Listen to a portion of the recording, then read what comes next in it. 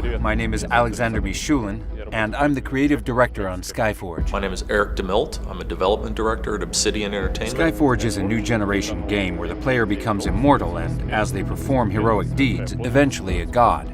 Becoming a god is a long process. You have to accumulate a large amount of power, strength. We already talked about several sources of that power. We talked about the Ascension Atlas and equipment. Now it's time to talk about the third source of power. We call it an order.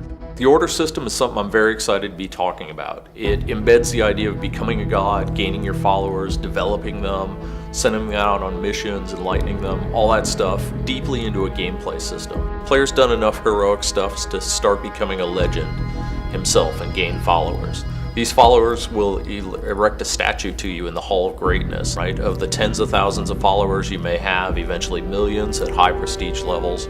Certain ones are going to be the ones you're interacting with here in the Halls of Greatness, right? These are going to be your heroes. You'll be selecting these heroes, hiring them to do things for you. Each of these heroes has different professions, so say an architect, a warrior, or healer. These professions are going to influence how these heroes complete missions that you send them on. Say you're sending a hero to deal with a plague, right? You're going to want to send a healer rather than an architect or warrior. So there's this first region where people believe in me. I build a temple there and send my first adept there. My hero that has some skills and can help people. He does some tasks there, and sometimes those tasks are about propagating my order, preaching a sermon, for example. Or it could be about helping people in the region who are defending against the invaders that we're fighting. As you're completing these missions, right, your followers are going to reward you with reputation and gifts. And as more power flows through that temple, the stronger I get. People in other regions learn about me, and now I'm sending more adepts on various missions. In addition to the usual bonuses, I receive mechanical bonuses.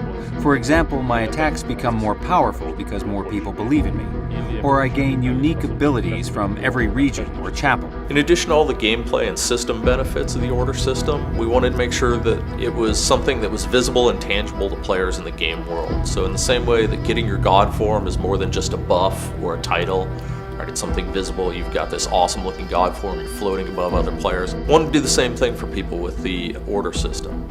So, as your followers are erecting statues to you in the Halls of Greatness, we've added an element of competition and progression. There are 5 tiers to those halls, so only the most legendary players, the players that are doing the best with this system, are going to make it into those higher tiers. Imagine a giant statue in the center of the city. Starting from the lowest levels, my statue moves higher and higher. If my order is particularly strong, my statue will be under the bright sky, and it will be made of precious stone and display all the colors of the rainbow. I can manage my order not just in the game client, but also through our portal, our site that contains a large number of Skyforge services. I can send my adepts on missions or to collect offerings from the regions without taking a break from my favorite game and continue to play it even during my working hours.